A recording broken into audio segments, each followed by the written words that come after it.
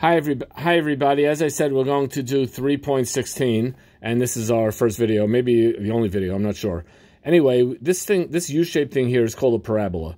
So one thing I want to just point out about parabola is that if it hits the x-axis at 3 and hits the y-axis at 11, then the center of the parabola is going to be what x equals 7, because it's literally, because of the symmetry, it's literally halfway in between the 3 and the 11. How do you figure that out precisely? Well, 3 plus 11 divided by 2 is equal to 7. That's the average of 3 and 11. That's how you find that center line. This dotted line below the equation is the dotted line is x equals 7. It's a vertical line, so it's x equals a plane number. What's the number? The number is 7. Ta-da! The general equation of a parabola looks like this. Y equals ax squared plus bx plus c. An example, well, I'll give you an example, but the vertex is going to be, oh, by the way, good dental health is very important, especially in these trying times. The vertex is going to be negative b over 2a. Now, let me give you an example. Here's the example I gave on the telephone earlier tonight. Y equals 3x, on the Zoom, I mean. Y equals 3x squared plus 7x plus 6x plus 7.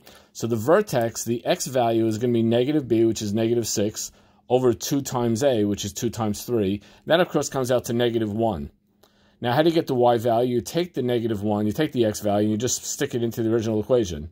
So it's 3 times negative 1 squared plus 6 times negative 1 plus 7, which, of course, comes out to negative 1 comma 4. Let's do another example. Y equals negative 2x squared plus 3x plus 5.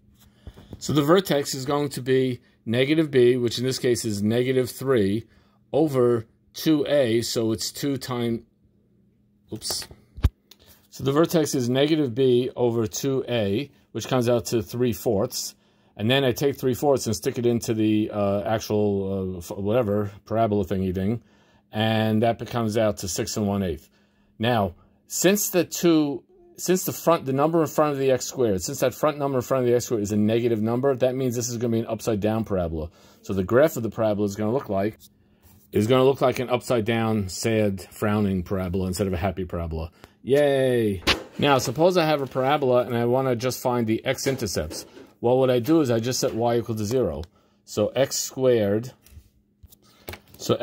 minus x minus 6 equals 0. That factors to x minus 3 times x plus 2 equals 0. And that's solving that. I get x equals 3, x equals negative 2. Those are my intercepts, negative 2 and positive 3. And we are done. Yay!